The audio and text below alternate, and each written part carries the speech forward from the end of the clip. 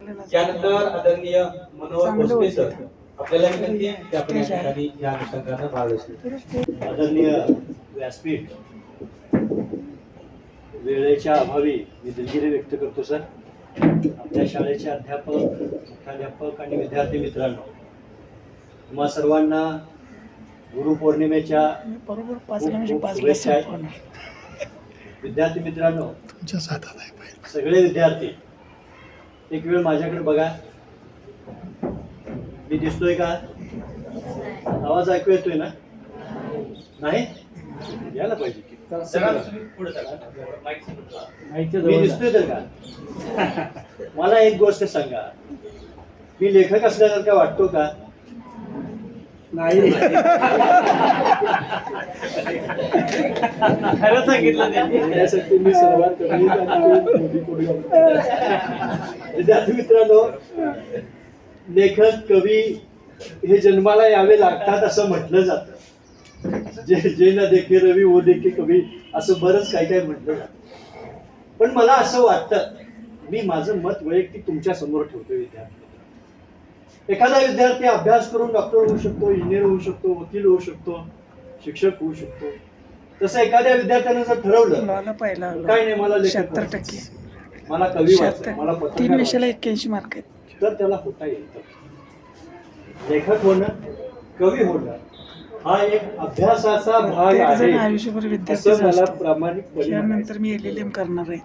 विद्यार्थी मित्रांनो, आणि पुन्हा नुसता या जगामध्ये ज्ञान एकमेव अशी गोष्ट आहे की ती देणाऱ्यालाही परत घेता येत नाही आणि घेणारा सुद्धा परत देऊ शकत नाही.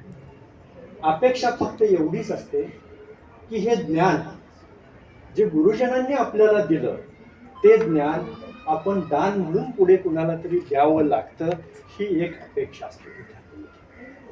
खरं तर शिक्षण क्षेत्रामध्ये शिक्षक म्हणून काम करणारे तुमचे जे शिक्षक आहेत त्या सगळ्यांचं मी आज अभिनंदन करतो. कारण या तुमच्या मान्यवरांनी, सगळ्या शिक्षकांनी शाळा महाविद्यालयातून एक चळवळ सुरू केली आहे, वाचन संस्कृतीची, लेखन संस्कृती. तुमच्या इथे आले वाचन प्रेरणा दिवस करताय ना, ही चळवळ आज महाराष्ट्रात खूप मोठी झालेली आहे. आज लहान लहान मुलं लिहायला लागलेली आहेत, वाचायला लागलेली आहेत.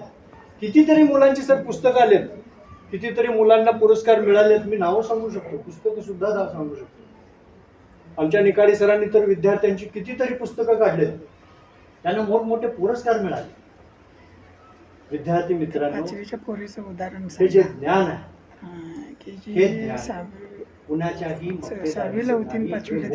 नाव लक्षात येत नाही. यामध्ये कुणालाही काम गरीब असो, श्रीमंत असो, कुठल्याही जातीचा असो, कुठल्याही धर्माचा असो, तुम्ही लिहा कारण वाढपे आपलाय म्हणायचं. तुम्हाला सुद्धा आणि खरंच ते डोक्यात ठेवलंय मी. कोणाला ज्ञानावर आमची मक्तेदारी आहे म्हणणारे अनेक लोक होते.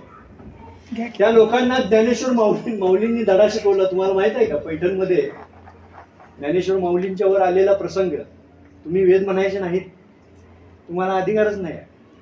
पण माऊली म्हणाले आम्हाला अधिकार आहे. तुम्हाला अधिकार आहे तर रस्त्यावर फिरणाऱ्या जनावरांना अधिकार आहे का? आहे. मग कुणीतरी रेडा बोलवला रस्त्यावरून चालणारा, याला पण अधिकार आहे का सांग ज्ञानावर? आहे. मग तो बोलणार का? बोलणार.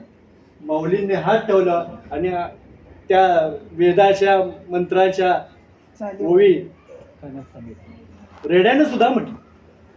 रेडा बोलला का नाही ह्या वादात आपल्याला पडायचं नाही आहे. सांगायचं तात्पर्य एवढंच आहे की ज्ञानेश्वर माऊलींच्या कृपाशीर्वादाने तळागाळातली लोक जर बोलायला लागत असतील तर आम्हाला आमच्या गुरुजनांच्या कृपाशीर्वादाने का लिहिता येऊ नये? 4 वळी लिहिता येऊ नये? लिहिता आल्या पाहिजेत. आणि जर लिहिता येत नसतील तर त्या पैठणच्या रस्त्यावरती फिरणारे रेडे आहेत ना, ते आपल्यापेक्षा कितीतरी बरे म्हणावे लागेल. विद्यार्थी मित्रांनो, तुम्ही सुद्धा लेखक होऊ शकता, तुम्ही सुद्धा कवी होऊ शकता. तुमचा सुद्धा पाठ हा पाठ्यपुस्तकात येऊ शकतो.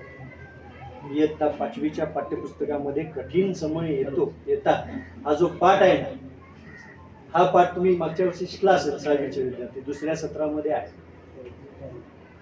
अपघात झाल्यानंतर आपण त्यावरती मात कशी करायची याची शिकवण देणारा हा पाठ आहे. तुम्ही वाचा. तुमच्या काही शंका असतील तर शिक्षकांना विचारा, तुम्हाला सांगतील. तुम्ही खूप खूप अभ्यास करा. तुम्हाला सगळ्यांना शुभेच्छा आहेत विद्यार्थी मित्रांनो. बराच वेळ आहे, सर पण बोलणार आहे. या ठिकाणी मला संधी दिली Yes, त्याबद्दल म्हणजे मी हे पण धन्यवाद व्यक्त सापडते करतो. तुम्हाला.